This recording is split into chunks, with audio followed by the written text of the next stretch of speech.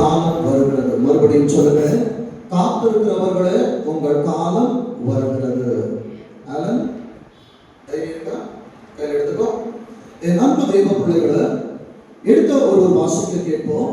சங்கீதம் 37வது அதிகாரம், சங்கீதம் 37வது அதிகாரம் 5வது வசனம் 6வது வசனத்தை நாம் வாசிக்க கேட்போம்.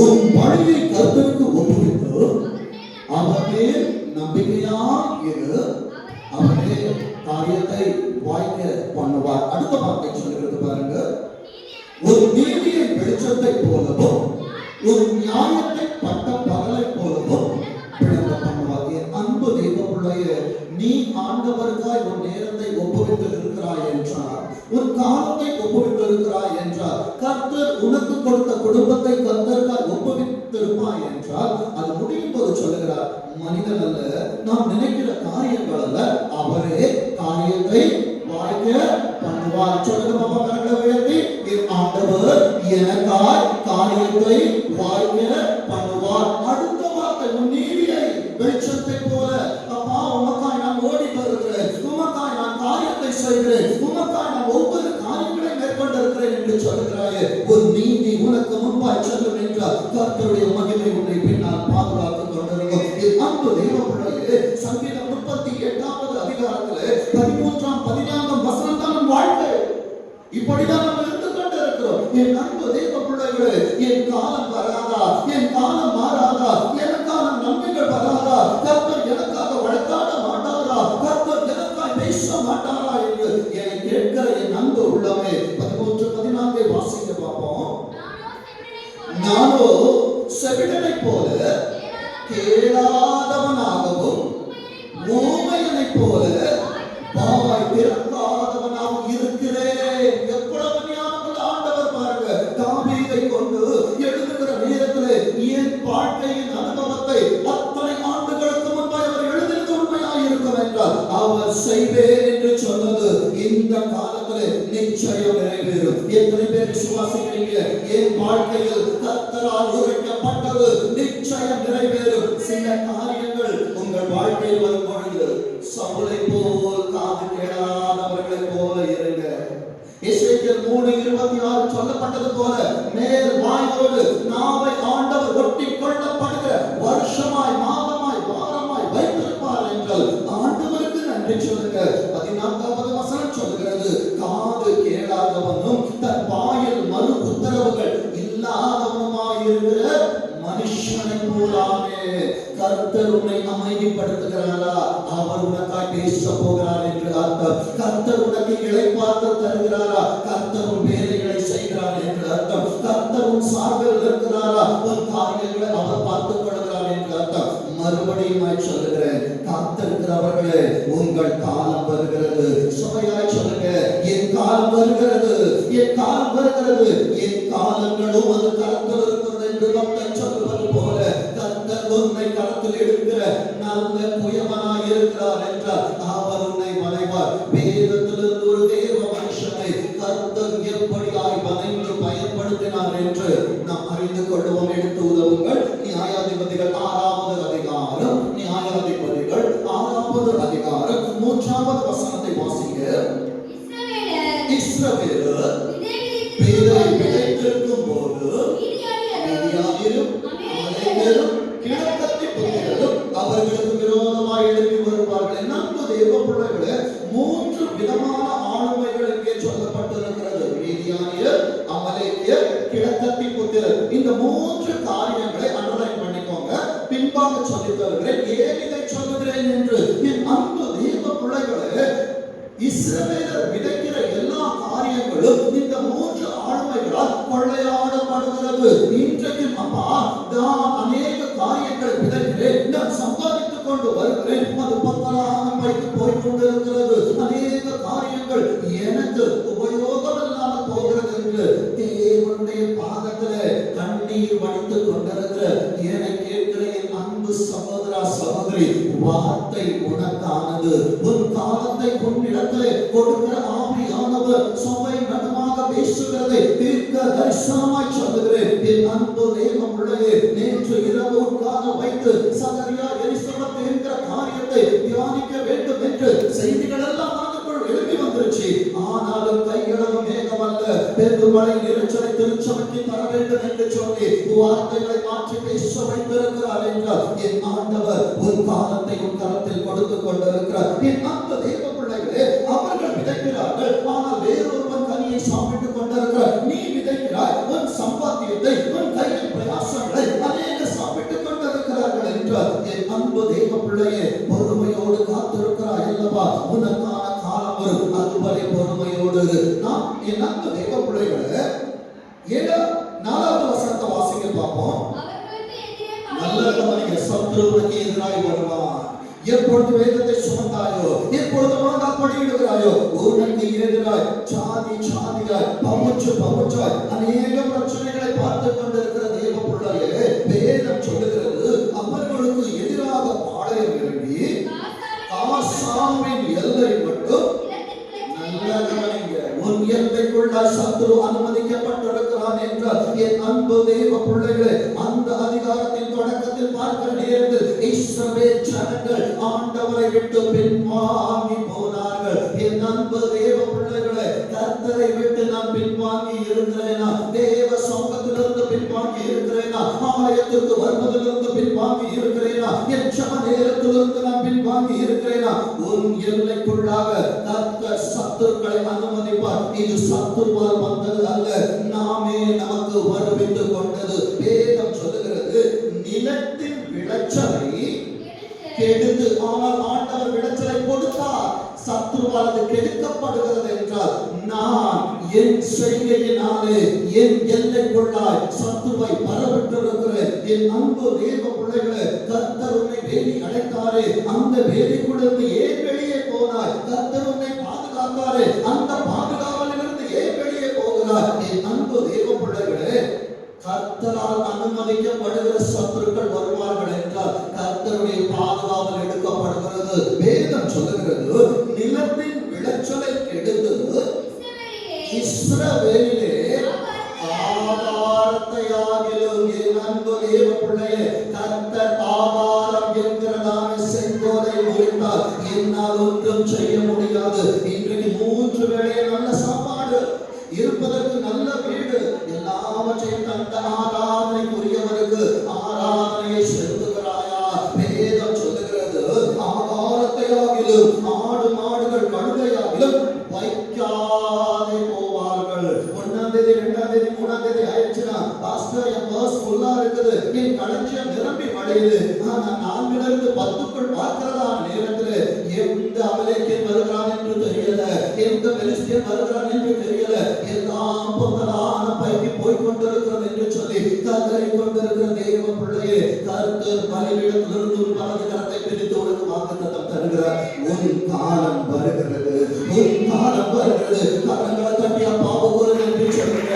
என் காலத்தை கெடுத்து போனதல்ல, கொடுத்தவர் மறுபடியும் கரத்துல எனக்கு அவர் தருகிறார். வேதம் சொல்லுகிறது இந்த நிலை மாற வேண்டும் என்றால் 7வது வசனம் சொல்லுகிறது பாருங்க, இஸ்ரவேல் புத்திரர் நீதியானரின் நிமித்தம் கர்த்தரை நோக்கி முறையிட்டார்கள். என் அன்பு தேவ பிள்ளையே, வார்த்தை உனக்குள்ள இறங்கி கொண்டிருக்கிற நேரத்தில் உன் இருதயத்தில் கர்த்தரோடு பேசிக் கொண்டிருக்கிறாயே, உன் முறையிடுதல் தேவ சமூகத்தை எட்டும் என்றால், தேவனுடைய கதவுகளை தட்டி கொண்டிருக்கும் என்றால் என் ஆண்டவரால் அமைதியாய் இருக்க முடியாது. அவர் பராக்கிரமசாலியாய் இறங்கி வருவார், உனக்கு உதவி செய்கிற நல்லவராய் இறங்கி வருவார், உனக்காக யுத்தம் செய்கிற ஒருவர் அவர் மாத்திரமே. வேதம் சொல்லுகிறது பாருங்க, இந்த காரியங்கள் நடந்து கொண்டிருக்கிறதான நேரத்தில் 11வது வசனம் சொல்லுகிறது, அதற்கு பின்பு கர்த்தருடைய தூதனானவர் என்றால் கர்த்தருடைய தூது வார்த்தை தேவ சமூகத்தில் உட்கார்ந்து வார்த்தைகளை கேட்டுக் கொண்டிருக்கிறாய். இதுதான் கர்த்தரால் இந்த காலை ஆராதனையிலே உனக்கு அனுப்பப்படுகிற தூது. கர்த்தருடைய தூதனானவர் வந்து அபியேசியரான யோவாசின் ஊராகிய ஒப்ராவில் இருக்கும் ஒரு கர்வாலி மரத்தின் கீழ் உட்கார்ந்தார். ஏன் அவர் கர்வாலி மரத்தின் கீழ் உட்கார்ந்தார் தெரியுமா? சிலுவை மரத்தின் கீழ் உட்கார்ந்து அவர் பாதப்படியை பிடித்து கெஞ்சி கொண்டிருக்கிற என் அன்பு சகோதர சகோதரி, நீ சிலுவை மரத்தின் கீழ் இருப்பாய் என்றால் உனக்காக என் ஆண்டவர் எந்த எல்லைக்குள்ள உனக்காய் வருவார். வந்தவர் போக மாட்டாரு, உட்கார்ந்துவார். ஏன் தெரியுமா? உன்னை கொண்டு அவர் வைத்திருக்கிற திட்டங்கள் பெரியது. காத்திருந்தாய் அல்லவா, பொறுத்திருந்தாய் அல்லவா, எத்தனையோ காரியங்கள் உனக்கு எதிராக பேசப்பட்ட நேரத்தில் கர்த்தர் பார்த்துக் கொள்ளுவார் என்று சொல்லி அவருக்கான வார்த்தையை கொடுத்தாய் அல்லவா. இந்த ஆராதனையிலே ஆண்டவர் கடந்து போகிறவராய் வரவில்லை, உன்னோடு உட்காருகிறவராய் வருகிறார். உட்கார்ந்தவர் என்ன பண்ணுவாரு? பேசுவார். உனக்கு என்ன வேணும்னு கேட்பாங்க, நான் உனக்கு என்ன செய்யணும்னு கேட்பாங்க. மனம் திறந்து இயேசுவா கிட்ட எத்தனை பேர் பேச போறீங்க? அப்பா ஆண்டவரே, நான் என் தகப்பனிடத்தில் ஏசா என்று சொன்னவன், ஆனால் உங்ககிட்ட யாக்கோபு ஆற்றங்கரையில் என் இருதயத்தை திறந்து காட்டினவன். என் அன்பு தேவ பிள்ளையே, இன்றைக்கு திறந்து காண்பித்துப்பார். உனக்காய் திறந்த வாசலை அவர் தருவார். வேதம் சொல்லுகிறது பாருங்க, அப்பொழுது அவனுடைய குமாரன் கிதியோன் கோதுமை என்பது ஆகாரம், ஆகாரத்தை கொண்டு போவார்கள். கோதுமை இல்லைன்னா அவர்கள் ஆகாரம் செய்ய முடியாது, அப்பத்தை செய்ய முடியாது. என் அன்பு தேவ பிள்ளையே, இன்றைக்கு தேவனுடைய திருச்சபைக்கு அவருடைய பரிசுத்த விருந்தாக அப்பத்தை எடுத்துக் கொள்ளாதபடிக்கு எந்த அமலேக்கே உங்களை கொண்டு போனா சீர்தூக்கிப்பா. என் அன்பு தேவ பிள்ளையே, ஆகாரம் ஏன் குறைகிறது என்றால் தேவனுடைய திருமருந்திலே என் கைப்படாமல் இருக்கும் என்றால் இந்த கரத்திலே உலகத்தால் கொடுக்கப்படுகிற ஆசீர்வாதங்கள் யாராயிருந்தாலும் சரி கர்த்தர் நிச்சயம் தர மாட்டார். வேதம் சொல்லுகிறது பாருங்க, மீதியானியரின் கைக்கு தப்புவிப்பதற்காக ஆணைக்கு சமீபமாயதை போரடித்தான். என் அன்பு தேவ பிள்ளையே, வேலை செய்கிறவனுக்கு தான் ஆசீர்வாதம், கர்த்தருடைய சமூகத்துக்கு வருகிறவனுக்கு தான் கர்த்தருடைய பிரசன்னம். இங்கே ஒருவர் போரடிக்கிறார், ஆனால் இன்றைக்கு திருச்சபைக்குள்ள வார்த்தைகளை கேட்டா போரடிச்சிட்டு இருக்குது. போரடிக்க வருகிறாயா, இல்லை போரடிக்குது என்று சொல்லி வெளியே போக வருகிறாயா? என் அன்பு தேவ பிள்ளையே, ஒரு காலம் வர வேண்டும் என்றால் தேவ சமூகம் போரடிக்க கூடாது, அது போரடிக்கிற களமா இருக்க வேண்டும். என் அன்பு தேவ பிள்ளையே, 12வது வசனம் சொல்லுகிறது, கர்த்தருடைய தூதனானவர் அவனுக்கு தரிசனமானார். இப்ப ஒவ்வொரு ஆசீர்வாதமாய் சொல்ல சொல்ல பிள்ளைகள் எழுதி வைத்துக் கொள்ள வேண்டும். என் அன்பு தேவ பிள்ளையே, உட்கார்ந்தவர் எல்லாருக்கும் தென்படவில்லை. உட்கார்ந்தவர் உன் இருதயத்திற்கு மாத்திரம் தென்படுவார், உனக்கு மாத்திரம் அவர் உணரப்படுவார். அவர் கிதியோனுக்கு மாத்திரம் அல்ல. இன்றைக்கு தேவ சமூகத்திலே ஆராதனையில் போரடித்தேன் ஆண்டவரே, பாடல் பகுதியில் போரடித்தேன் ஆண்டவரே, உங்க மெடிடேஷன் போரடித்தேன் அப்பா, வார்த்தை எனக்கு வருகிறது என்றால் அவர் உனக்கு பிரசன்னமாய் தரிசனம் கொடுத்து கொண்டிருக்கிறார். வேதம் சொல்லுகிறது, தூதனானவர் அவருக்கு தரிசனமாகி முதல் ஆசீர்வாதம். ஏசப்பா என்ன சொல்றாங்க பாருங்க, இதுதான் ஆராதனை கர்த்தர் கொடுத்த அடையாளம். மகன் பாடுகிற நேரத்தில் ஒரு வார்த்தை சொன்னான், என்னன்னா பலவீனத்தோடு வந்திருக்கிறார் என்றால் கர்த்தர் உங்களை பலப்படுத்துகிறார் என்று. என் அன்பு தேவ பிள்ளையே, இதுதான் ஆவியானவர். என் அன்பு தேவ பிள்ளைகளே, வேதம் சொல்லுகிறது முதல் ஆசீர்வாதம் என்னது? பராக்கிரமசாலி. சொல்லுங்க, ஏசப்பா உங்களை இன்னைக்கு எப்படி பார்க்கிறாங்க? உன்னை பலவீனனாய் அவர் பார்க்கவில்லை, பலவீனன் எவனும் தன்னை பலவான் என்று சொல்வான். எத்தனை விசுவாசிக்கிறீங்க? என்னை ஆண்டவர் பலவானாய் பார்த்து கொண்டிருக்கிறார். பலவீனன் அல்ல, பலவானே, உன்னை பார்த்துதான் வார்த்தை வருகிறது. பராக்கிரமசாலியே சொல்லுங்க, கர்த்தர் என்னோடு, சொல்லுங்க, கர்த்தர் என்னோடு இருக்கிறார். 13வது வசனம், அப்பொழுது கிதியோன் அவரை நோக்கி, என் ஆண்டவரே இங்கே கூட இருந்து. இதுதான் அனுபவம். அப்பா கிட்ட பேசுற அனுபவம் இப்படிதான். நம்ம ஒரு ஃபார்மாலிட்டி சொல்ல வச்சிருக்கிறோம், பரிசுத்தமுள்ள ஆண்டவரே உண்மை நான் நோக்கி இல்ல. இதை ஆண்டவர் கேட்கவில்லை. சிநேகிதனோடு பேசுவது போல அவரிடத்தில் பேசணும். கணவன் மனைவியிடத்தில் பேசுவது போல் மனைவி கணவனிடத்தில் பேசுவது போல் பேசணும். பெற்றோர் பிள்ளைகளிடத்தில் பேசுவது போல. இதைத்தான் ஆண்டவர் எதிர்பார்க்கிறார். அவன் மனசுல இருக்கிறது அப்படியே கேட்கிறான். அவனுக்கு பின்னால் பேசுகிற பழக்கம் இல்லை. ஆண்டவரிடத்தில் அவன் வேண்டுவதை அப்படியே கேட்கிற அனுபவம் கிதியோனிடத்தில் இருந்தது. என்னை கேட்கிற அன்பு திருச்சபையே, உனக்கு என்ன வேணுமோ அதை ஏசப்பா அப்படியே கேட்டுருங்க. வேதம் சொல்லுது பாருங்க. அவன் கேட்கிறான், ஆண்டவரே கர்த்தர் எங்களோடு இருந்தால் இவைகளெல்லாம் உங்க வாழ்க்கையில என்னெல்லாம் நடந்துட்டு பேசப்பட கேளுங்க. என் அன்பு தெய்வ பிள்ளையே, என்னை போல ஒரு மனிதன்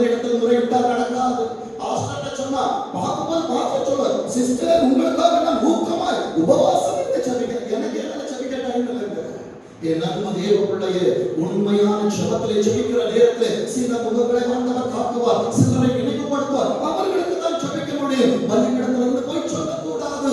என் அன்பு தேவ பிள்ளையே, உனக்கு என்ன வேண்டுமோ அதை அப்படியே ஆண்டவர்கிட்ட கேளு. வேதம் சொல்லுகிறது பாருங்க, இவைகள் எல்லாம் எங்களுக்கு ஏப்பா நடக்குது. 14வது வசனத்திலே ஆண்டவர் சொல்லுகிறார், கர்த்தர் அவனை நோக்கி இவ்வளவு நேரம் தூதாய் வந்து கொண்டிருந்தது. ஆண்டவரை டீல் பண்ண தொடங்கிட்டாங்க. கர்த்தர் அவனை பார்த்து, ஆண்டவரே, நான் பலவீனத்தோடு வந்தேன்ப்பா, நான் கடனோடு வந்திருக்கிறேன்ப்பா, நான் நிம்மதி இல்லாம வந்திருக்கிறேன், நான் பிரச்சனைகளோடு வந்திருக்கிறேன், ஒரு வார்த்தைக்காக வந்திருக்கிறேன், திருச்சபையில எனக்கு சந்தோஷங்கள் கிடைக்க வந்திருக்கிறேன் என்று காத்திருக்கிற தேவ பிள்ளையே, இரண்டாவது ஆசீர்வாதத்தை கர்த்தர் தருகிறார்.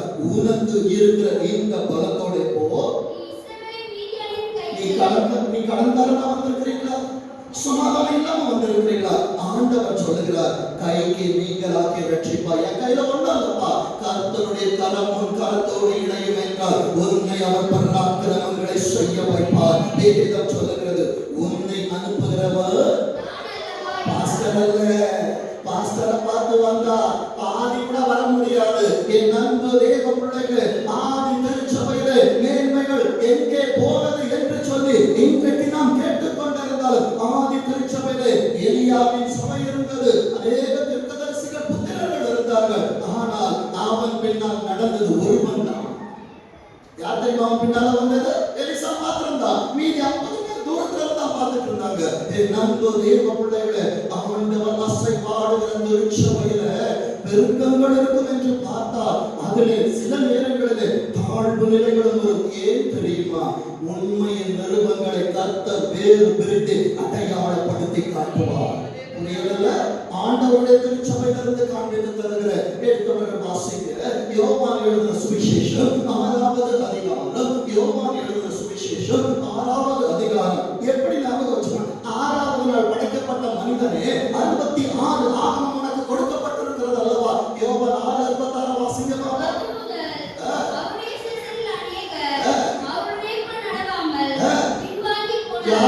பின்வாங்கி போனது சீஷர்கள், ஆண்டவரின் விசுவாசிகள். இந்த உபதேசம் கடினமா இருக்குது. பின்னால வாசிச்சா 12 பேரை பார்த்து ஏசப்பா கேட்பாங்க, நீங்களும் போக மனதாய் இருக்கிறீர்களா? சபையில அநேக பிரச்சனைகள், அநேக ஏற்றத்தாழ்வுகள், அநேக காரியங்கள் இருந்தாலும் என் அன்பு தேவ பிள்ளையே, மீதியானின் கைக்கு, அமலேக்கியரின் கைக்கு, அநேக பெலிஸ்தியரின் கைக்கு திருச்சபையை கர்த்தர் பாதுகாத்து இன்றைக்கு ஒரு மகிமையுள்ள ஆராதனையை கொடுத்து கர்த்தர் ஆராதிக்க வைத்திருக்கிறார் என்றால் இந்த பலத்தோடு போ. உன்னை அனுப்புகிறது அவர். கர்த்தர் உன்னை நீதியாய் காத்திருக்கிறார் என்றால் என் அன்பு தேவ பிள்ளையே, நீ கர்த்தருக்காய் எரிந்து பிரகாசிக்கிற நட்சத்திரமாய் கர்த்தருடைய கண்களிலே உனக்கு கருமை கிடைத்திருக்கிறது. என் அன்பு தேவ பிள்ளையே, 17வது வசனம் சொல்லுகிறது, அப்பொழுது அவர் கிருபை கிடைச்சனாலதான் இன்றைக்கு ஆராதனையில நானும் நீ உட்கார்ந்திருக்கிறோம். இல்லைன்னா இது நமக்கு இல்லை. அநேக நம்மை விட நல்லவர்களா இருக்க ஆண்டவர் இன்றைக்கு நம்மை தேர்ந்தெடுத்திருக்கிறார் என்றால் கிருபை உன்னை சந்திக்க வந்திருக்கிறது. வேதம் சொல்லுகிறது, என்னோட பேசுகிற தேவரே தான் என்று எனக்கு ஒரு அடையாளத்தை காட்டணும். மனசுல இருக்கிறத கேட்டுருக்க. அம்மா, பேசுறது நீங்கதான். நான் கேட்டேன் ஆண்டவர்கிட்ட, அப்பா எனக்கு ஒரு அடையாளம் வேணும்பா. என் தகப்பன் இருந்த நாட்களில் அநேக தேவங்களை காண்பித்தேன், அநேக அற்புதங்களை காண்பித்தேன். என் அன்பு தேவ பிள்ளையே, உலகால் படியிட்டு கண்களை திறந்து பார்த்த நேரத்தில் கடந்த வாரத்தில் அருமையான ஐயா ஒரு சாட்சி பிள்ளைகளை குறித்து தைரியமா சொன்னாங்க. அவர்கள் செய்த தவறை சுட்டி காட்டினாங்க. இன்றைக்கு பிள்ளைகள் தகப்பன் கரத்தில் ஞானஸ்நானம் எடுத்த முந்தைய முத்துக்களை கர்த்தர் உள்ளே கொண்டு வந்து நான் கேட்ட அடையாளத்தை உடனே கர்த்தர் இன்றைக்கு பலிபீடத்தில் காண்பித்தது உண்மையா இருக்கும் என்றால், கிதியோனே, இன்றைக்கு உனக்கு என்ன செய்ய வேண்டும் என்று ஆண்டவர்கிட்ட கேளு. எஸ்தர் ராஜாத்தியே, உனக்கு என்ன வேண்டும் என்று ஆண்டவர்கிட்ட கேளு. நீ கேட்பது ராஜ்யத்தில் பாதியா இருந்தால் கர்த்தர் உனக்கு தருவார். என் ஆண்டவர் எல்லாருக்கும் கொடுக்கிற நல்ல தேவனாய் இருக்கிறார். நண்பு தேவ பிள்ளைகளே, வேதம் சொல்லுகிறது 18வது வசனத்திலே, நான் உம்மிடத்திற்கு என் காணிக்கையை கொண்டு வந்தேன். நண்பு தேவ பிள்ளையே, வேதம் எனக்கு காண்பித்து தந்த பெரிய சத்தியம். தேவனுடைய சன்னிதான பேசுகிறவனுக்கு எல்லாம் தருகிறவருக்கு ஆண்டவரே எனக்கு தருவதற்கு முன்பாக நீர் கொடுத்ததிலிருந்து நான் நாளைக்கு வெளியே நான் போரடித்துக் கொண்டிருந்தேனே அதிலிருந்து சிலவற்றை நான் நமக்கு தருகிறேன் என்று கிதியோன் கொண்டு வந்தான். என் அன்பு தேவ பிள்ளையே, ஆண்டவருக்காய் நீ எதை கொண்டு வருகிறாய்? குடும்பத்தை கொண்டு வந்தாயா? கணவனை கொண்டு வந்தாயா? மனைவியை கொண்டு வந்தாயா? பிள்ளைகளை கொண்டு வந்தாயா? இவைகளை கொண்டு வராமல் இருப்பாய் என்றால் ஆண்டவரிடம் மன்னிப்பு கேளுங்க. என் காலங்கள் இன்னும் வரவில்லை என்றால் கர்த்தர் என்னிடத்தில் இன்னும் நீடிய பொறுமையாக இருந்து என்னோடு பேசிக் கொண்டிருக்கிறார். 23வது வசனம் சொல்லுகிறது பாருங்க. அதற்கு கர்த்தர் உனக்கு சமாதானம் என்று சொன்னவர் 18வது வசனத்தில் கடைசியில சொல்றார் பாருங்க, நீ திரும்பி வரும் மட்டும். எத்தனை வாட்டி ஏசப்பாடு நம்ம சொல்லிட்டு போனோம்ல, நிறைய நேரம் வரல. சட்ட ஆண்டவரே எனக்கு ஒரு நல்ல வேலை கொடுத்தா வருவேன், வர வரைக்கும் இன்னைக்கு அவர் திருச்சுதர் வெயிட் பண்ணிட்டே இருக்கிறார். நல்ல சம்பளத்தை கொடுத்தா வருவேன், ஆனா நம்ம வரல. அடுத்தது எப்ப வருவோம் தெரியுமா? அவர் கையில் கொடுத்தது கெடுக்கப்படுகிற நேரத்தில் ஆண்டவரே எனக்கு தருவீரா? இப்படி ஆண்டவரிடத்தில் எதையாவது கிடைக்கும் என்று அல்ல, ஆண்டவரே நீர் எனக்கு வேண்டும் என்று சொல்லுகிற தேவ பிள்ளைகள் தேவ சன்னிதானத்தில் காணப்படுவார்.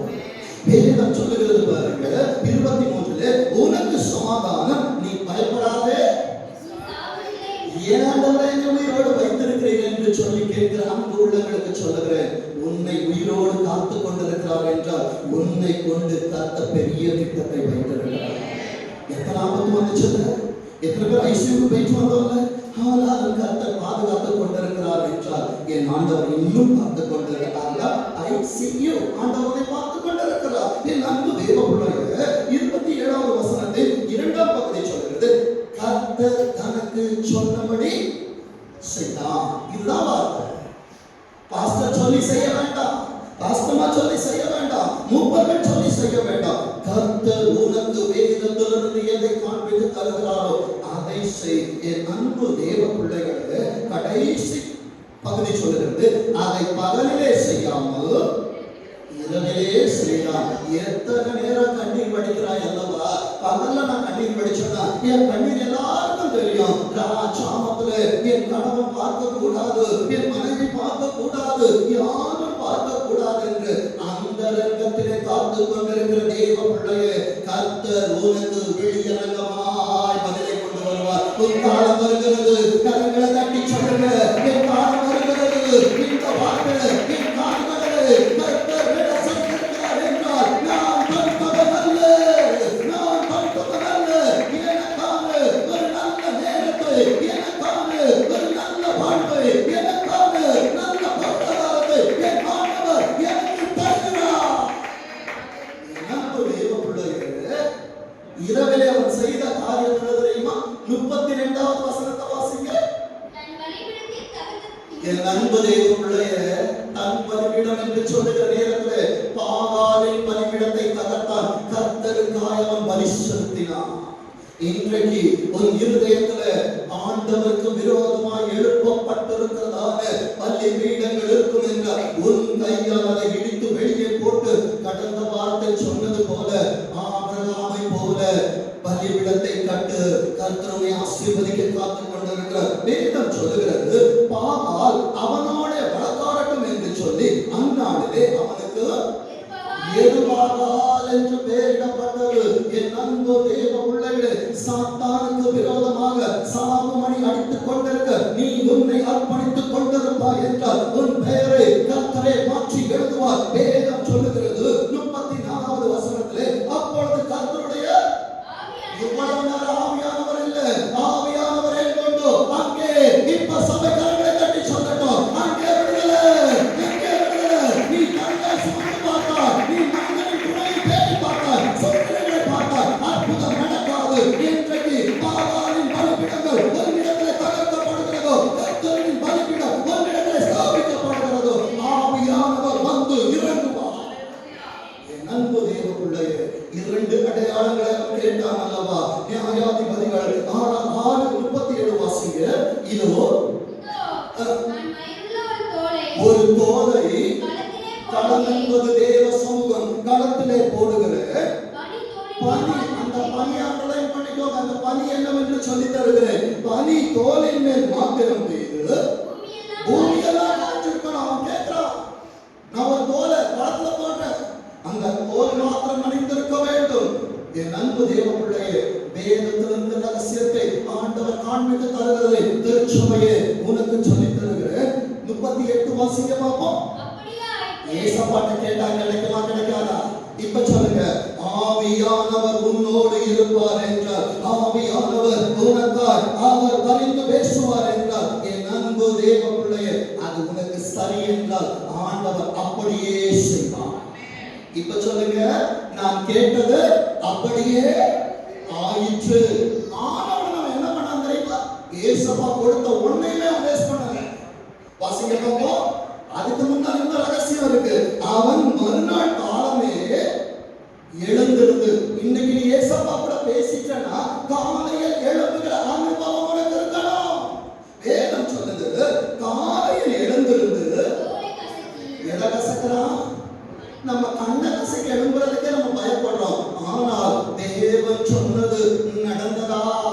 என் அன்பு தேவனுடைய நிச்சயம் நடக்கும். நாம் உறங்கிக் கொண்டிருக்கிறபடியினாலே அநேக ஆசீர்வாதங்களை கண்கள் பார்க்க முடியவில்லை, என் காலத்திற்குள்ளாய் அதை அனுபவிக்க முடியவில்லை. வேதம் சொல்லுகிறது, தோலை கசக்கி அதிலிருந்த பனி நீரை ஒரு கிண்ணம் நிறைய பிழிந்தான்.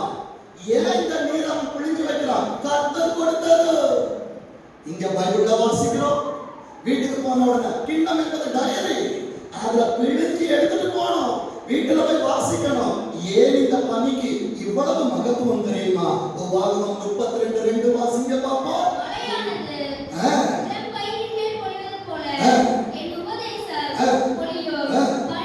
பனித்துளிகள் புல்லின் மேல் இறங்குவது போல. இப்ப அவன் பிழிஞ்சு எடுத்தது என்ன தெரியுமா? வசனங்கள், கர்த்தருடைய வார்த்தைகள். அதனாலதான் தொடங்கும் போது கையில கிண்ணத்தை காணோம். என் அன்பு தேவ பிள்ளையே, நீரூற்று இருக்கு, பைபிள் இருக்கு. நீரூற்றிலிருந்து ஆண்டவர் எடுத்துக் கொடுப்பதை என் கிண்ணத்தில் நான் அல்லவா பிடித்துக் கொள்ள வேண்டும். என் அன்பு தேவ பிள்ளையே, இதில் இன்னொரு ரகசியத்தையும் சொல்லி தருகிறேன். யாத்திராகமம் 12வது அதிகாரம், யாத்திராகமம் 12ஆம் அதிகாரம் 21வது வசனத்தில் 2வது பகுதி வாசிங்க. நீங்கள் நல்ல கவனிங்க. ஏன் இந்த வசனத்தை வீட்டுக்கு கொண்டு போனோம்? என் வார்த்தையை வீட்டுக்கு கொண்டு போனோம். நீங்கள் உங்கள் குடும்பங்களுக்கு தக்கதாக உங்களுக்கு ஒரு ஆட்டுக்குட்டினா நமக்காக கொல்கலாம் நாட்டிலே ஆட்டுக்குட்டியானவர் பலியானா. அந்த ஆட்டுக்குட்டி அடிக்கப்பட்டிருக்கிறது. 22வது வசனத்துல ஈசோப்பு கொழுந்துகளில் கொத்தை எடுத்து எங்க அவன் கிண்ணத்துல பிழிந்து வைத்தான். பார்த்தீங்களா?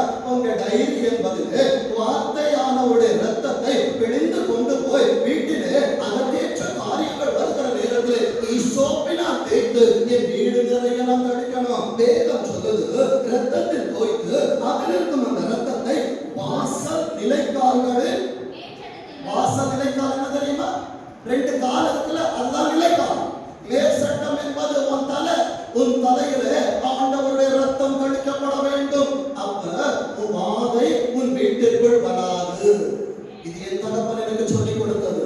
ஒவ்வொரு நாளும் விசிட்டை முடிச்சுட்டு வந்தவன எங்கள் தலையிலே அவர்கள் அடையாளம் போட்டது நாங்கள் மறந்து போனது. என் அன்பு தேவ பிள்ளையே, வேதம் சொல்லுகிறது, வாசல் நிலைக்காலின் மேல் சட்டத்தின் வாசல் நிலைக்கால்கள் இரண்டிலும் உச்ச தலையிலிருந்து கால் வரைக்கும் கர்த்தருடைய இரத்தத்தினால் ஈசோப்பினால் நான் கழுவப்பட்டிருப்பேன் என்றார். என் காலங்களை காலத்திற்குரியவர் என் காலத்திற்கு முன்பாக தருவார். என் அன்பு தேவ பிள்ளையே, அடுத்த வார்த்தை சொல்லுகிறது, உங்களில் ஒருவரும் வீட்டு வாசலை விட்டு புறப்பட வேண்டாம். கர்த்தருடைய இரத்தம் கழிக்கப்பட்டுக் கொண்டிருக்கிற நேரத்துல, வார்த்தை பரலோகத்திலிருந்து இறங்கி கொண்டிருக்கிற நேரத்துல, ஆண்டவரே நான் வெளியே போயிட்டு வந்துடுறேன், ஆண்டவரே நான் கடைக்கு போயிட்டு வந்துடுறேன், ஆண்டவரே என்ன நேச்சர்க்கா அழைச்சுக்கிட்டு இருக்கு, போயிடாத.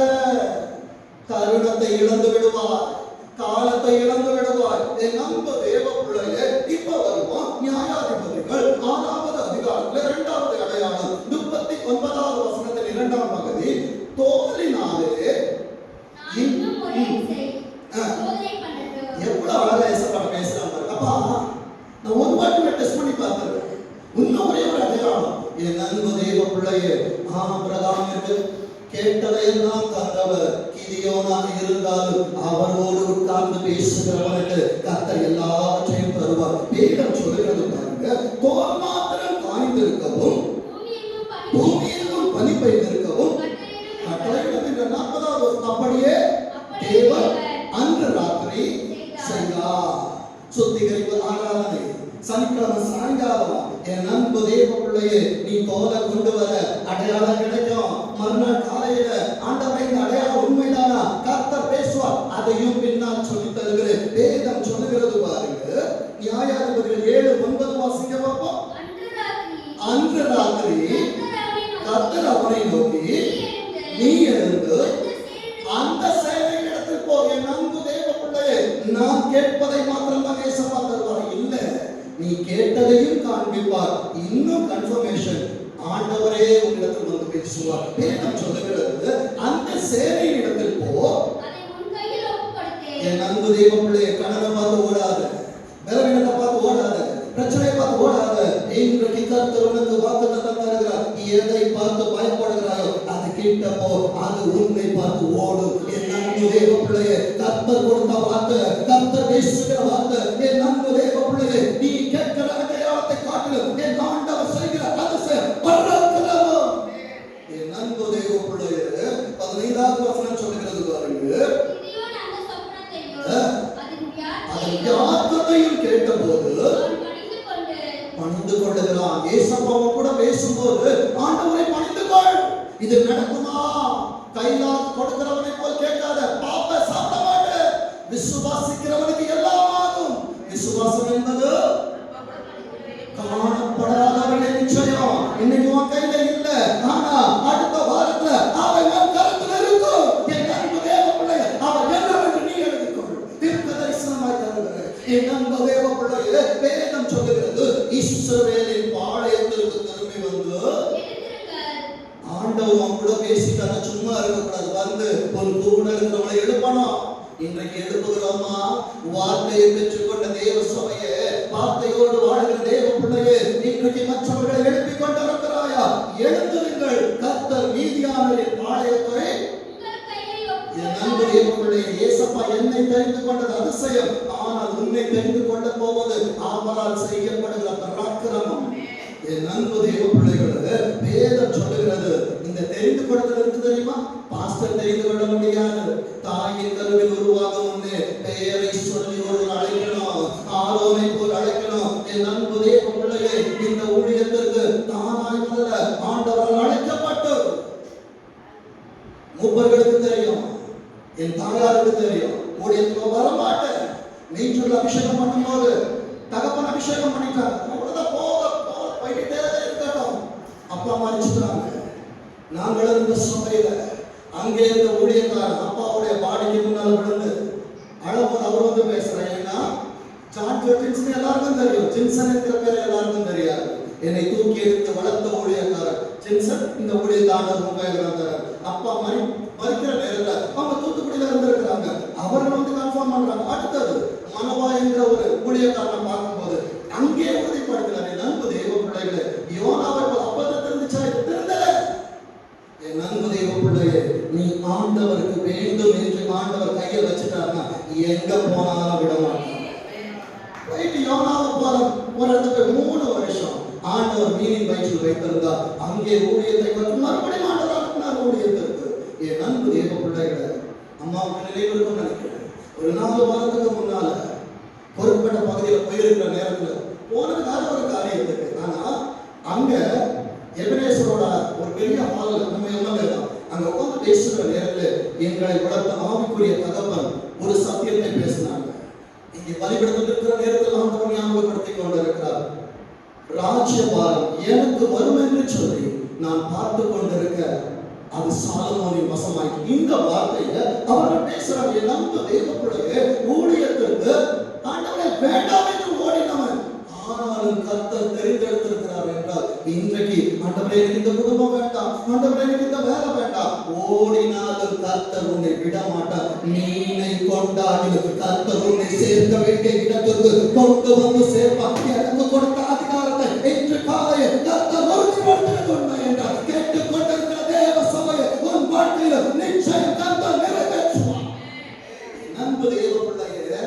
இந்த தெரிந்தெடுத்தல் எப்படி இருக்கும் தெரியுமா?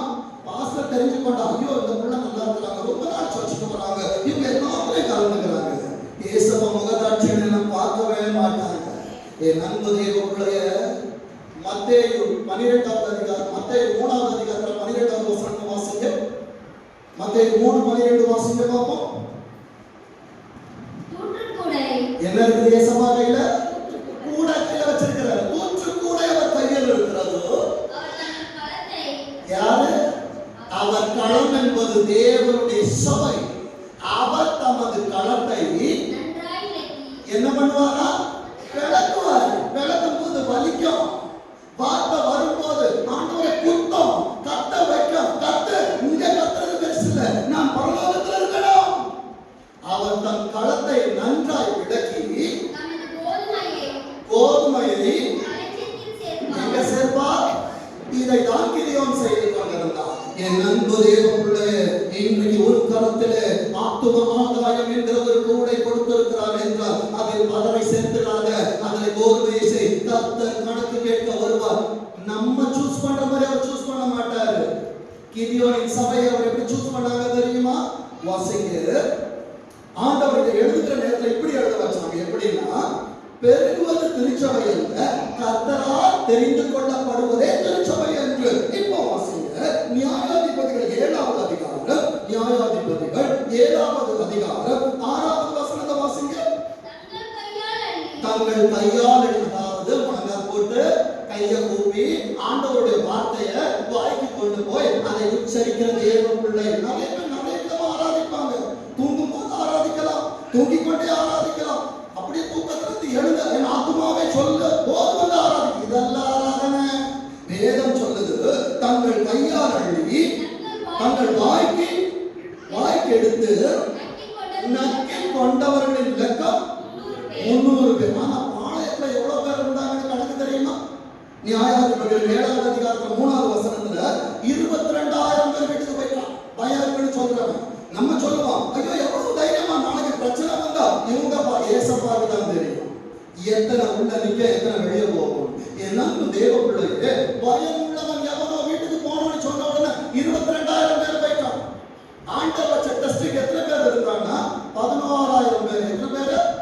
அப்ப மொத்தம் அவன் சபையில 33,000 பேர் இருந்தாங்க. இப்ப 11,000 பேர் இருக்கிறாங்க. ஆண்டவர் சொல்றாரு, என் அன்பு தேவ பிள்ளை இதுவும் அதிகம். அப்ப 33 10% 10ல 1 ஆண்டவருக்கு கொடுத்தா கூட 3,300. ஆண்டவருக்கு 3,000 தேவையில்லை, 300 போதும். என் அன்பு தேவ பிள்ளையே, அவர் பரலோக ராஜ்யத்திற்கு ஜனங்களை சேர்க்கிறார் என்றால் எல்லாரையும் குடிக்க போக மாட்டாரு. என் அன்பு தேவ பிள்ளை, பாஸ்டர் தான் வாங்க வாங்க வாங்க, எல்லாரும் வாங்க, எல்லாரும் வாங்க, உள்ள வாங்க, இடம் இருக்கு. ஆண்டவர் வெளியே போன்னு சொல்லுங்க. தேவனுடைய தெரிந்தெடுத்தல். என் அன்பு தேவ பிள்ளையே, 2 பேர் வயலில் இருப்பார், ஒருவர் ஏற்றுக்கொள்ளப்படுவார். அந்த ஒருவரால் நாம் இருக்க வேண்டும் என்று சொல்லி நான் சுயாதீனமா இருக்கணும்னு நினைச்சா நோவாவை போல நானே என் குடும்பம் ஜாலியா இருக்கலாம், டேவிட் நம்ம தலைமுறை நல்லா இருக்கணும், நாங்க நல்லா இருந்திருக்கலாம். இல்ல, மோசேயை போல என் தகப்பன் அடிக்கடி சொல்லுகிற வார்த்தை, என் பெயரை ஜீவ புஸ்தகத்திலிருந்து கிறுக்கி போடும் என்று சொல்லி அவர் நின்ற அதே இடத்தில் கர்த்தர் வைத்து பிரசங்கித்துக் கொண்டிருக்கிறார் என்றால் நோவாவை போல் பேழையை கட்ட அல்ல, வந்திருக்கிற ஒவ்வொரு பிள்ளைகளும் ஆண்டவருடைய கூடைக்குள்ள கோதுமையாய் கொடுக்க வேண்டும் என்று கர்த்தர் நிப்பாட்டி வைத்திருக்கிறார். என் அன்பு தேவ பிள்ளையே, நியாயாதிபதிகள் 7:16 வாசிங்க. முதல்ல சொன்ன தெரியுமா? அமலேக்கியர் 3 ஜாதிகள். இப்ப அதை எப்படி பிரிக்க சொல்றார் ஆண்டவர்? உனக்கு விரோதமா 3 ஜாதி வந்துச்சு. அமலேக்கியர் வந்தா, வேற யாரெல்லாம் வந்தாங்க படிங்க. மீதியானியர் வந்தாங்க. அப்புறம் 3 பேர் வந்தனால என் ஆண்டவர் பர்ஃபெக்ட்டா தான் செய்வார். 99 அல்ல, 101 அல்ல, 100 3 வச்சுக்கோ. 3 பேருக்கும் ஆண்டவர் பதில் செய்வார். வேதம் சொல்லுகிறது, 300 பேரை 3 படையாக வகுத்து அவர்கள் ஒவ்வொருவன் கையிலும் ஒரு எக்காலம், பெரும்பான உள்ள ஒண்ணும் கிடையாது, வெறும் பானை தான். ஆண்டவரால் வணையப்பட்ட பானை ஒண்ணும் கிடையாது. ஆண்டவரால் கொடுக்கப்படுகிற பொக்கிஷம் உள்ளே வந்தால்தான் இந்த பானை அநேகருக்கு பிரயோஜனப்படும். இது கோதுமை மணிக்கு போல நிலத்துல விழுந்து சாகணும். இந்த வெறும் பானை இன்னைக்கு பொக்கிஷமா மாறணும்னா அது உடையும். அன்பு தேவ பிள்ளையே 20வது வசனத்தை வாசிங்க. 3 படைகளின் மனுஷரும் என் அன்பு தேவ பிள்ளையே காலை ஆராதனையை பார்த்தவர்களுக்கு தெரியும். ஆண்டவரே என் பிள்ளைகளை உமக்காக எப்பணிக்க வைக்க போறேன். ஆண்டவரே என் அன்பே படுதல் உள்ள பிள்ளைகள் முன்னாக நின்றார்கள். கர்த்தர் மகிமையான ஆராதனை காட்டினார். எத்தனை பேருக்கு சந்தோஷம். கரங்களை தட்டி சொல்லுங்க, இது மேன்மைப்பா, இது மேன்மை. ஆண்டவரே என்னை மேன்மை மனிதனாய் பார்த்து நிற்க வைத்து உமக்காக காலத்தை ஊத வைத்தீர். வேதம் சொல்லுகிறது பாருங்க, பானைகளை இயேசுவோடைய சமூகத்துக்கு வரணும்னா உடைச்சிருங்க. குயவன் உன்னை உருவாக்கி வெளியே அனுப்புவான். வேதம் சொல்லுகிறது, பானைகளை உடைத்து தீவெட்டிகளை தங்கள் இடது கையிலும் ஊதும் எக்காலங்களை தங்கள் வலது கைகளிலும் பிடித்துக் கொண்டு இப்ப சொல்லுங்க ஜென்சனுடைய பட்டயம் அல்ல, டேவிட்சானுடைய பட்டயம் அல்ல, கர்த்தரின் பட்டயம். இது விஸ்வாவின் பட்டயம், கர்த்தரின் பட்டயம். இது திருச்சபையின் பட்டயம், கர்த்தரின் பட்டயம். எனக்குள்ளாய் வருகிறது என்றால் எனக்கு விரோதமாய் போர் செய்கிற வான மண்டலங்களின் பொல்லாத ஆவிகள் கர்த்தர் சங்கரித்து போடுவார். வேதம் சொல்லுகிறது பாருங்க, கர்த்தருடைய பட்டயம் கிதியோனுடைய பட்டயம் என்று. ஆராதனையில் இருக்கிற வாய மூடாதீங்கன்னு சொல்றேன். ஏசப்பா ஆராதிக்கணும், சத்தமிடணும். தாவீதின் குமாரனே அதட்டின நேரத்திலும் ஒருவன் கதறினான், அவனுக்கு பார்வை கிடைத்தது, அவனுக்கான காலம் திரும்பி வந்தது. அநேகர் அதட்டினாலும் சரி, ஏன் இதை செய்கிறாய் என்று உனக்கு சொன்னாலும் சரி, நீ வாழணும், உன் குடும்பம் வாழணும், உன் தலைமுறை வாழணும், உன் திருச்சபை வாழணும், உன் எதிர்காலம் வாழணும் என்றால் நீ கர்த்தருக்காய் சத்தமிடுகிறவனாய் இருக்கணும். அதுக்கு பேர்தான் கீழ்ப்படிதல். 26வது வசனம் சொல்லுகிறது, பாளையத்தை சுற்றிலும். அப்ப மியூசிக் வாசிக்க உன்னை உட்கார வச்சா அந்த நிலையில உட்காரணும். உன்னை பாட்டு பாட நிக்க வச்சா அந்த நிலையில நிக்கணும். உன்னை பைபிள் வாசிக்க சொன்னா அங்க நிக்கணும். யூத் நீ நடக்கணும்னா அங்க நிக்கணும். சண்டே கிளாஸ் நீ நடக்கணும்னா நீ நிக்கணும். நான் நிக்க மாட்டேன், நான் நிக்கணும். அப்படி நிக்கிறேன்டா காலம் வராது. பார்த்துக்கிட்டே இருப்ப, நீ பார்த்துக்கிட்டே இருப்ப, பக்கத்துல இருக்கிற வளர்ந்துகிட்டே போவான். ஏன் வளர முடியவில்லை என்றால் தாழ்மை உள்ளவனுக்கு தான் கர்த்தர் கிருபை தருவார்.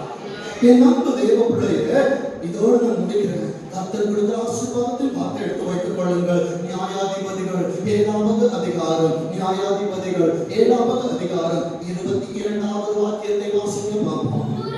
300 பேர் அன்றைக்கு அந்த சபையில கர்த்தரால் தெரிந்து கொள்ளப்பட்ட 300 பேர் இருந்தார்கள். இன்றைக்கு கர்த்தரால் தெரிந்து கொள்ளப்பட்ட சபையே இந்த ஆராதனையில அந்த 300 ஒருவனாய் கர்த்தர் உன்னை தெரிந்து வைத்ததற்காக கர்த்தருக்கு நன்றி சொல்லு. இது எனக்கான திருச்சபை, இது எனக்கான ஆலயம். கர்த்தர் என்னை மறுபடியும் உள்ளே கொண்டு வந்து என்னை பரிசுத்தப்படுத்தி என்னை கிதியோனோடு இணைத்திருக்கிறார் என்று உன்னோடு நிச்சயமாய் ஆண்டவர் பேசியிருப்பார் என்றார். வேதம் சொல்லுகிறது, எக்காலங்களை ஊதுகையில் கர்த்தர் பாளையமெங்கும் ஒருவர் பட்டயத்தை ஒருவர் விரோதமாய் ஓங்க பண்ணினார். இன்னைக்கு உனக்கு விரோதமாய் எத்தனை பாளையம் இறங்கி இருந்தாலும் இங்கே கர்த்தர் உன்னை உடைத்தார். எக்காலத்தை ஊதினார். உனக்கான யுத்தத்தை கர்த்தர் வெளியே செய்து கொண்டிருக்கிறார் என்று கண்ட எகிப்தியனை என்றைக்கு காண மாட்டார். இந்த யுத்தம் உனக்குரியதல்ல. கர்த்தர் உனக்கு யுத்தம் பண்ணுவார். கர்த்தர் உனக்கு யுத்தம் பண்ணுவார். நீங்கள் சும்மா இருப்பீர்கள். வேதம் சொல்லுகிறது, சேனையானது ஓடி போச்சு, கர்த்தர் என்னை நிற்க வைத்திருக்கிறார். எத்தனை பேர் சொல்ல போறீங்க, கர்த்தர் என்னை நிற்க வைத்திருக்கிறார், கர்த்தர் என்னை நிற்க வைத்திருக்கிறார். நான் நிற்பதும் நிர்மூலமாகாமல் இருப்பதும் கர்த்தருடைய கிருபை. என்னுடைய பிள்ளைகளே, உன் காலங்கள் வருகிறது. கர்த்தருடைய கருத்தில் அடங்கியிரு. உன் காலங்களை அவர் விசாரித்துக் கொண்டிருக்கிறார். உனக்கான நியாயத்தை அவர் செய்து கொண்டிருக்கிறார். யெகோவா ஈரே, கர்த்தருடைய சந்நிதியில் பார்த்துக் கொள்ளப்படும். கர்த்தர் தாமே வார்த்தைகளை ஆசீர்வதித்து உங்களை ஆதரிப்பாராக.